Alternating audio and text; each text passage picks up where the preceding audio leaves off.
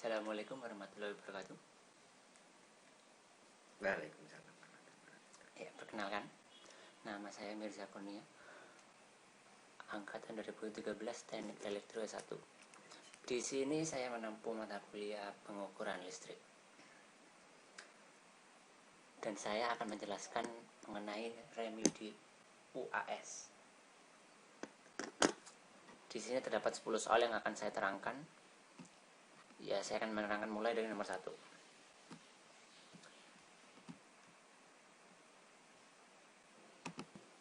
Ya, kita bisa lihat di sini nomor 1 terdapat soal sebuah rangkaian galvanometer yang diuji dalam rangkaian seperti ini. Dan dapat diketahui nilai-nilainya seperti berikut. Dan kita ketahui bahwa yang dicari di sini adalah nilai resistansi dari galvanometernya sendiri dan sensitivitas arus galvanometer tersebut. Kita masukkan rumus seperti ini, ya, rumus pembagi arus.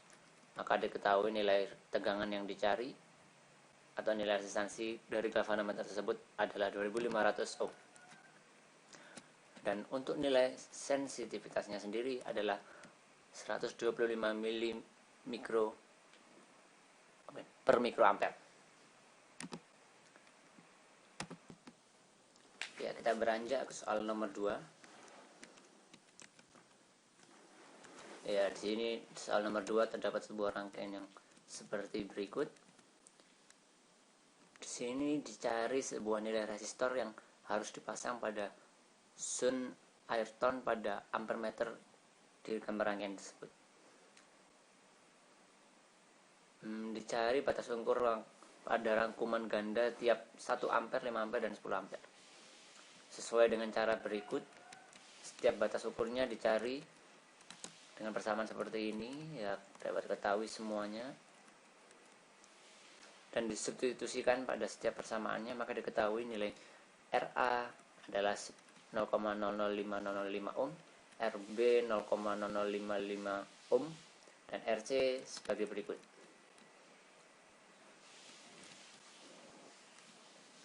Itulah hasilnya.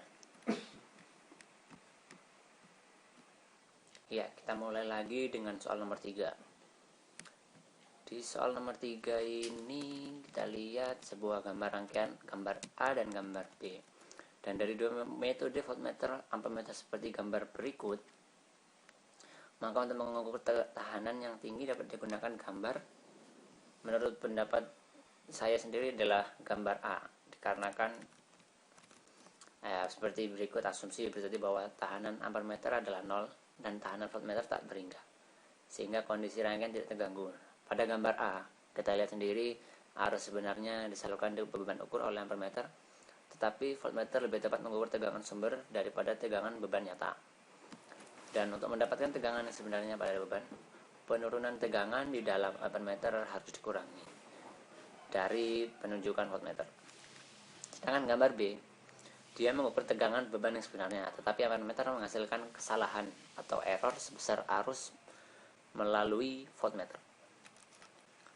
Dan mengapa itulah gambar A dapat digunakan untuk mengukur tekanan yang tinggi.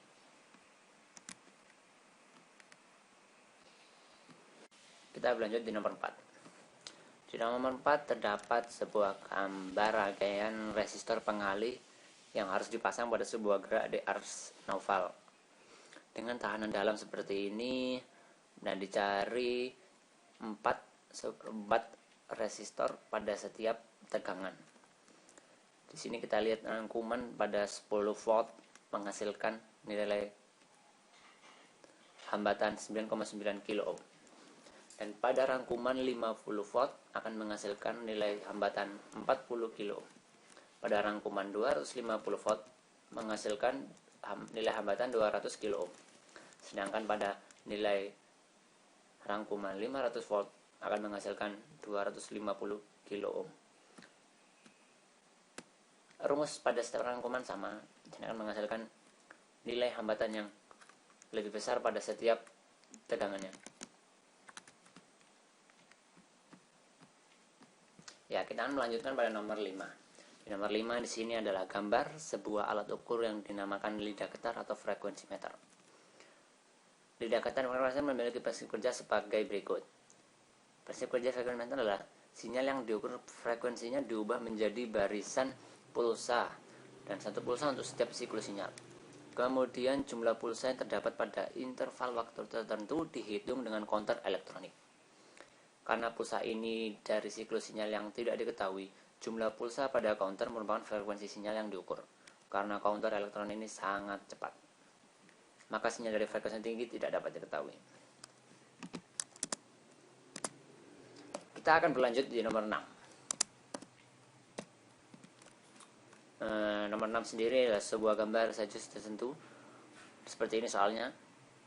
Nah, yang diperintahkan adalah gambar radius tersebut dan tentukanlah frekuensinya yang dihubungkan penguat vertikal. Jika frekuensi tegangan tersebut harusnya adalah 3 kHz, maka yang dihasilkan adalah nilai seperti ini. Sedangkan gambar radiusnya sendiri sangat susah untuk dicari. Kita berlanjut di nomor 7. Di nomor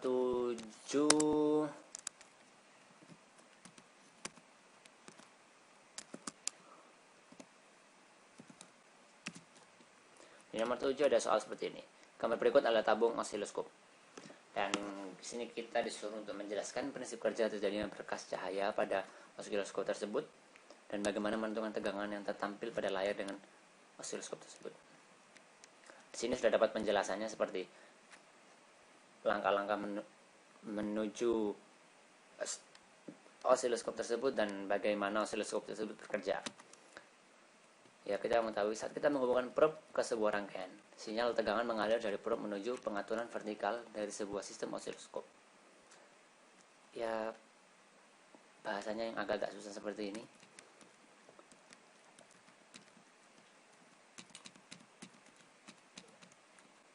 Di sini lebih menjelaskan prinsip kerja dari osiloskop itu tersendiri. Ya, beginilah penjelasannya. Jika dibaca semua akan memakan waktu yang lama.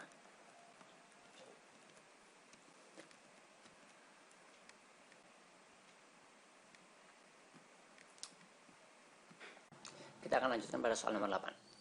Di soal nomor 8 ini terdapat sebuah jembatan Wheatstone dengan nilai resistansi yang terdapat pada setiap bagiannya. Maka dicari nilai Rx pada gambar di sini. Dan dapat ketahui Rx adalah pengalian dari 400 kali 100 dibagi 10, maka akan ditemukan nilai Rx yang dihasilkan 4 kilo ohm. Begitulah caranya untuk sebuah jembatan Wheatstone. Dan nomor 9 terdapat jembatan Wheatstone yang sama dengan cara yang berbeda. Di sini kita akan mencari persamaan untuk mencari nilai L dan F atau yang kita sebut dengan Rx. Lx sendiri rumusnya adalah R2 di sini dikalikan dengan R3 dan dikalikan dengan kapasitornya. Sedangkan untuk Rx atau F, kita mengalihkan antara R1 dan R2 dibagi dengan nilai R3. Begitulah rumusnya. Kita beranjak ke nomor 10 atau nomor terakhir. Jelaskan jenis dan prinsip kerja dari ADC tersebut.